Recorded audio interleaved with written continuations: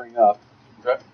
One of them I want to bring up is this idea, this tactic that theism utilizes to justify its belief and to explain theism to itself. And what this is an argument from ignorance. Basically explaining that because naturalism can't explain everything, therefore it makes room for theism. Well, it's one of the only tactics they have because they can't resort to the evidence. Although I've seen some try to make evidence out of nothing. Like conclude that, some people try to do is they say, well, if you look at everything, it has to have some kind of a basis for it, and so they're projecting a supernatural world into the natural world. Well, what's interesting about this idea is that obviously it's a fallacy because it's an argument from ignorance. Yep. Argument from silence is also called, but one of the problems with it is that if you go back in time to where human beings would explain the gaps in their knowledge by asserting a deity, like the sun is a god. Right. We know, though, that model is completely broken because we can look back and see that those people were ignorant. So I see it's the exact same way in our time with theists, that ultimately what they're doing is they're utilizing that same kind of reasoning where we don't know, and so what is it? It's this famous God of the gaps fallacy. Right, and the difference, though, about the people back then and the ones now is that most of the things that were open to possibly being magical have now been closed up in a sense, like you said, the gaps. I mean, the gaps have been closed up. What's left is not much of a gap. And they're trying to so to me what it is they try to project too much of a God with too little of the gap. In other words, the gap would only allow, a very small possibility of something. Basically, to me, anyone who says that a deism or a pantheism, I'm against that, but that would be, to me, the only conclusion that would seem reasonable. Because the gap is so small that, miracles we know don't happen. If they want to begin with the naturalistic premise and deduce a God from it, they need to stick with the type of God they can deduce from that. That's what I'm saying, yes. Right? Yeah. In other words, the gaps limit what you can justify claims to. Now, I want to address one more thing about the model of naturalism, the idea of naturalism, because when the theists look at naturalism, they don't understand it as an ever-expanding model. Right. And that's a major problem, because that feeds into this error of them making an argument from ignorance. Because they say, well, theism can't explain the way the universe works in this way or that way. And so they then try to posit the idea of a God, but it's an expanding model, which means it's always growing. So at one time, we didn't know what the sun was. And so people postulated that it was some type of deity. Well, there's other things we don't know about now. And but the naturalism will expand, and it will eventually encompass those things. Right. Well, just like in the Bible, it talks about I don't remember who it was, but they were doing a war against someone, and they said that God stopped the sun, and it was fixed in the sky. This is just nonsense. We don't even have to go there to know it's nonsense. The Earth spins. But the theists, they're ready to concede that. They admit that, the theists of our time. So they admit that reasoning was fallacious. Correct. And yet they're still utilizing that exact same form of reasoning. Absolutely. Where's the logic in that? Right. No, I think that's what I'm saying. I think it's more. I'm saying it's the same, but it was more reasonable then when we didn't know than it is now. Now, if the theist was consistent with his commitments to naturalism, which he does have, if he was consistent with his epistemological commitments, he wouldn't try to conclude that there's a God of the gaps there, that ignorance is a manifestation, that there's a spiritual realm or something. What he would do is the reasonable conclusion, which is, well, naturalism has not expanded to the point of being able to explain certain attributes at this point in time. Right. Because that's the model we look at when we look at the past. But they don't do that because they're inconsistent. Or maybe we could say they're not aware of their own epistemology ultimately. True, or that they don't equally apply it. Yeah, they apply an extreme epistemological standard to naturalism and then apply absolutely no standard to supernaturalism. This idea of objectivity, morality, truth, all of this, these seem to be the two linchpins that anchor the theist to his theism. I'm talking about theists that you would consider to be more sophisticated. Right. When you ask them for the reason, why do they believe in this stuff? Why do they affirm some supernaturalism? Ultimately, these are their two answers. One is that naturalism can't explain everything. They don't think of it as an expanding model. And the second one is that, well, you can't have objectivity or truth or meaning. It's this air of nihilism. It's this straw man idea that you have to have objectivity in order to have any meaning or any morality at all. And that's a major fallacy. Now, when they say objectivity, they're referring to supernaturalism, though. It's very different. Right, yeah. Because I have no problem with an objective morality. I think axiologically, most people generally base their thing on something. Sometimes it's subjective, but I think there are objective things that we do. But I don't think it's universally objective, and I don't think that it's done in the fact that it can just say, well, God thinks that. I mean, and so there's no supernaturalism. There's no metaphysical claim to the thing. It's just that we can say that because to me, objective morality for me as an atheist goes back to what is the goal of the morality? What is it producing?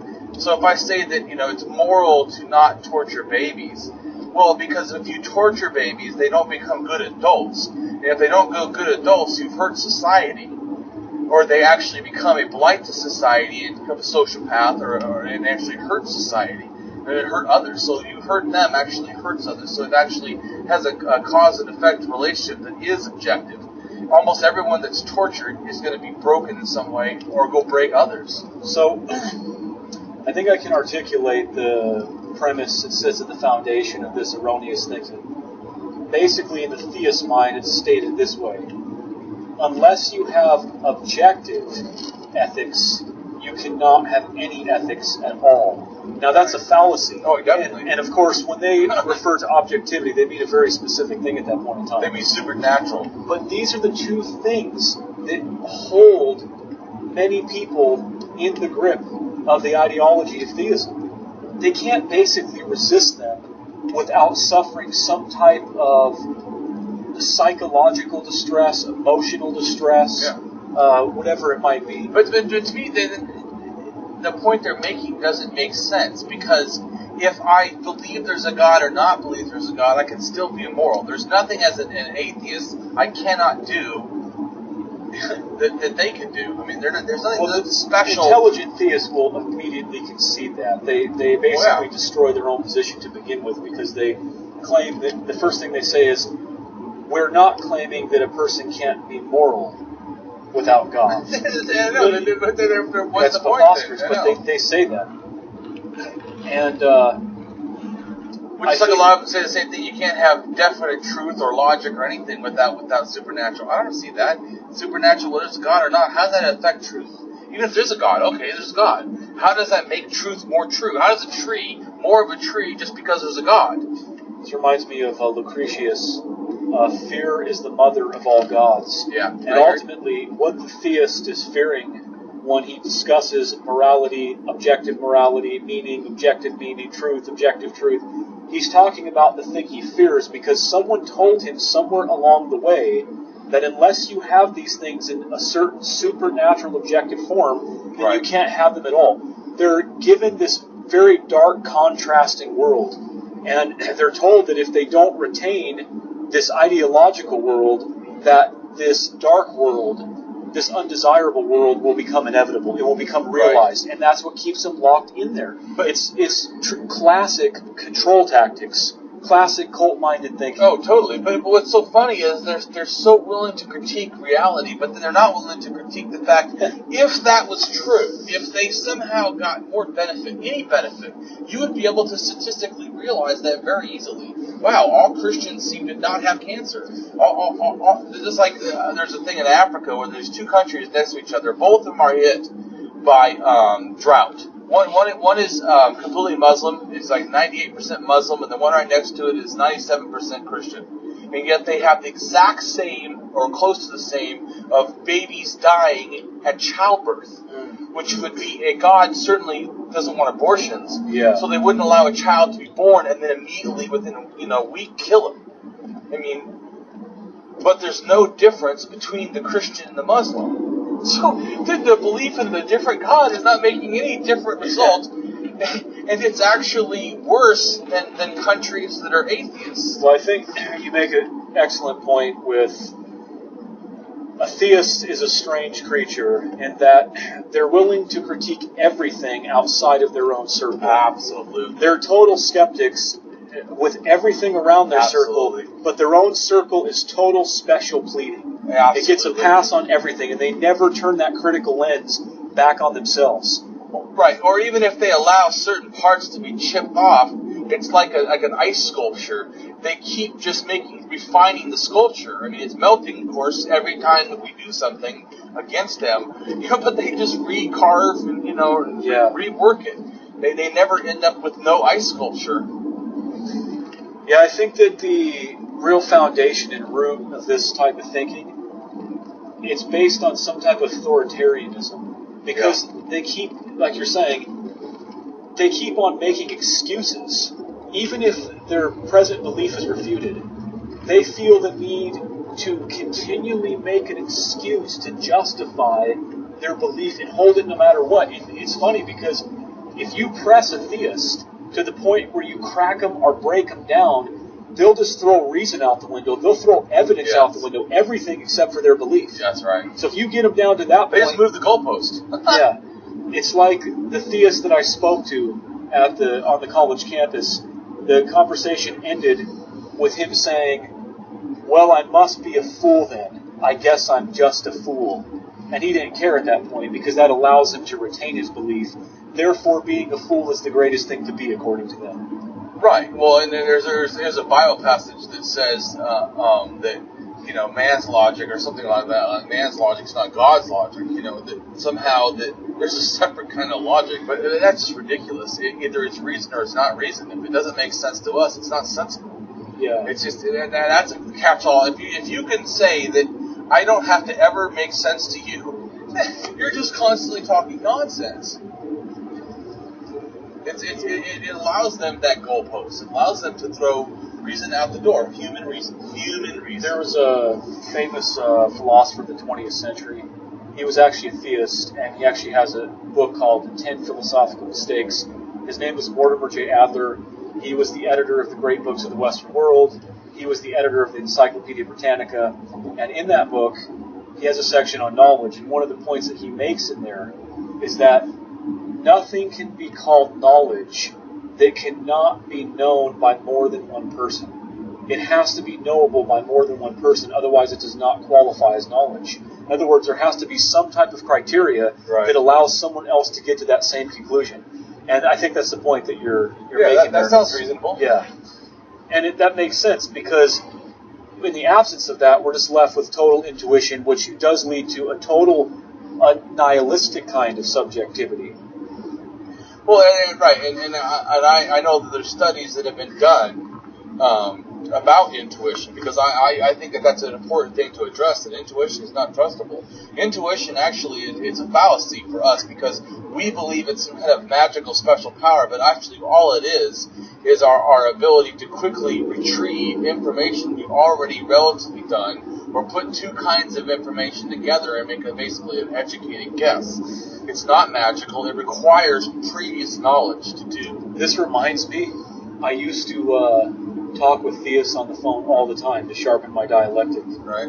And I got to the point with them where I was able to explain to them. They said, why do you reject, our theism, and I would say, because it's too subjective for me. And they would always scratch their head like, well, what do you mean? You're the one with the subjective view. No, they're the ones with the subjective view, because when you actually press them hard enough, it turns back into pure subjectivity, because how do they justify their belief? What do they appeal to at the end of the day? Yeah, faith. Faith, ultimately. Yeah, which is reason. And which is not reason. It's strong belief without evidence. Well, it's really their claim that I've had a personal experience with God is what they're really saying at the end of the day. So it's purely subjective. If that's true, then obviously every personal experience that makes the individual believe that it's true would have to be true. Every strong experience I have. Right, but we could actually still break that down scientifically with phenomenology, and you could assess the personal experience. Yeah. And we could deem how inherently it's connecting to reality. But you got to admit, it's quite a pleasurable thing to be able to get a theist to the point where you're saying to them that you don't accept their worldview because it's too subjective. Yeah, it is. No, it's great. It's true, though. That's quite a pleasurable. It is true, and I totally agree with that. Yeah, and so they don't realize the ramifications of their own epistemological statements or their own epistemology, and so that just points it out to them. Oh, it's too subjective for me. Why would you say that? Well, because the way you justify your belief would allow for the justification of every single position on the face of the universe. There's no way to make a distinction between a Muslim over here, a Christian over there, a skeptic over everyone. Whoever said that I have this intuition, this feeling that tells me that this is true, you would have to say that that's true at the end of the day. If you didn't have a way, like I said, of actually assessing that. Yeah, well, exactly. Which they don't. Well, like I was saying, I'm saying phenomenology is actually a thing I think that does it. It's in between a philosophy and a psychology science, and it's trying to be more science. And it basically says that it assesses what we experience. It's almost like existentialism, but it's like a psychological approach, kind of, to how we understand or experience something. Like when I say this light's red, how red is it? How bright is it? It would assess more detail out of the experience. So I think that's because I think what happens is people make a statement like, I see red. Well, is there only one color red? I mean, the stoplight red is not the same as the stop sign red. Yes. Or some, buildings that have, neon red. I mean, red is not a universal color. It's the same. So it's really important to me to critique everything that they say, not even allow them to make subjective statements without defining them. Because I think that once you start forcing them to define their subjective statements, you start to see that it's not true. They don't even believe 100% of course, that's what they're saying. They do not believe what they're saying. That's a very good point. Theism, we could say that theism is the supremacy of subjectivity in one sense. We could call it that. Theism is the supremacy of subjectivity. However, what you're saying is absolutely correct. Ultimately, they don't believe that. They don't. And that's another reason why I approach them by saying, it's too subjective for me. Because they do not believe in subjectivity, but yet the ramifications of their epistemology leads precisely to subjectivity. There's a way that you can actually critique their subjectivity of what they're saying, and they'll hear that it's subjective. Because like they say, oh, I've heard Jesus. Okay, did he speak in English? Did he speak with an accent? Did he talk quietly, loud? Was it male or female? Well, for that I just do a contrast of, a counter faith claim. Well, that I'm saying. Obviously, they reject that counter faith claim. I'm saying phenomenology doesn't critique against something; it critiques what you're saying. Yeah. It analyzes your actual experience. Yes. And when you do that, people start like, well, I didn't really hear him. Oh, so you didn't hear him. Well, no, I kind of felt him. Did you feel it? Did it come in you? Did you get warm? Well, I didn't get warm. So you didn't have any sensation. So it was a thought. So it wasn't, you didn't hear it, and it wasn't actual feeling, it was a thought. Well, yeah, I guess it was a thought. Well, I did this last time we were at the university. I did this when I talked to that fellow that was at the Christian stand, and he told me that we have a special organ in our body called the soul, and he told me that like a heart or a lung. Yeah, well, that's what I said to him. I said, so you're telling me that we have another organ in our body, like the liver, like the heart, And I said, where is this? What scientific evidence do you have? That, I think, is an example of, once again, kind of critiquing something on that level you're talking about. Right, but I'm just saying that specifically phenomenology is addressing what they're saying. Yeah. Tell me the detail of your experience. Because I'm saying is, I think we allow too much. We presupp. They say, "Oh, I had a feeling," and we go, "Okay, your feeling is wrong." Instead of going, "Oh yeah, what feeling? Oh yeah, where did you feel it? Did you feel hot, cold? Did you feel sick? Did you feel happy? Did you feel warm? Did you? Oh, I didn't feel any of that. Oh, so it wasn't a feeling because and then you start deconstructing what they're saying. Yes. That's what I'm saying.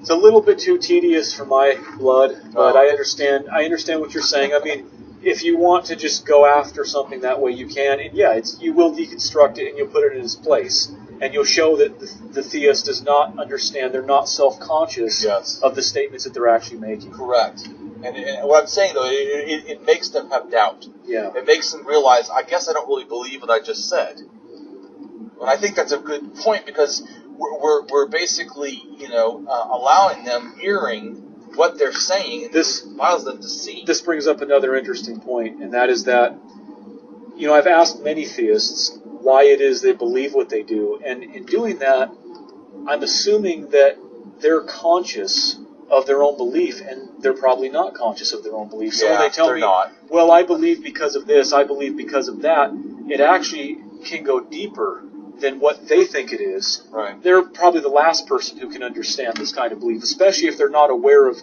the conditioning of belief, the psychological conditioning of it.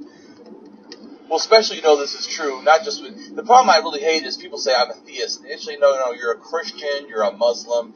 It's deeper than that. They always go to some kind of good. They're something Well, that's interesting, because if they said they were a theist, they would always have to qualify what they mean by it, because it's an empty term. That's right. That's an excellent point. So, they always need to explain what they mean, and you're right. They are either a Muslim or a Christian or whatever, faith you want to name. Sikh or whatever.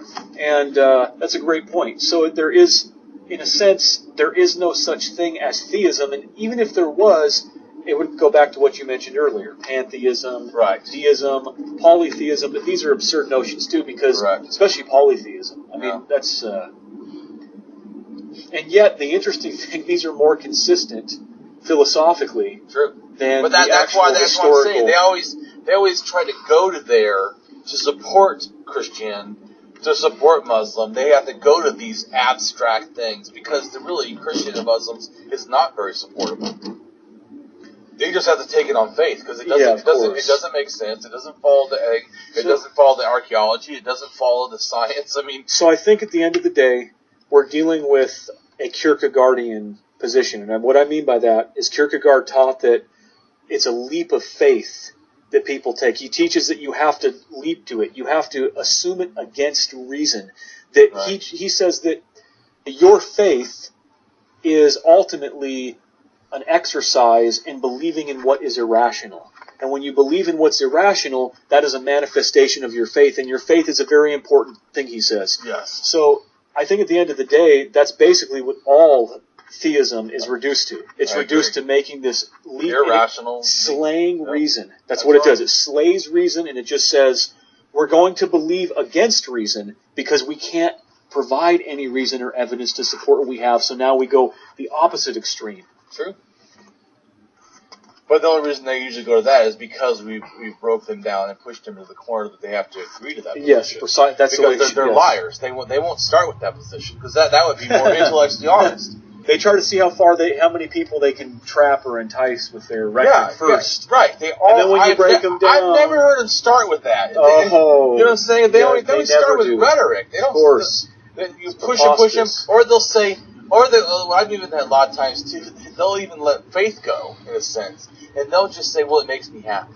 Why would you want to take away my happiness? Yeah, I've had that too. So, I mean, they're not even at that point even well, that's an excellent point. And that goes back to something that I've said about theism for a very long time. And what that is that theism is a grab for power. All religion is a grab for power ultimately. It goes back to the shamanistic people that lorded over people with their visions and said they had special powers, back to magic. And it's no different today when we see people, doing And most of the power goes to fear. Things that we fear, or they use fear to make power.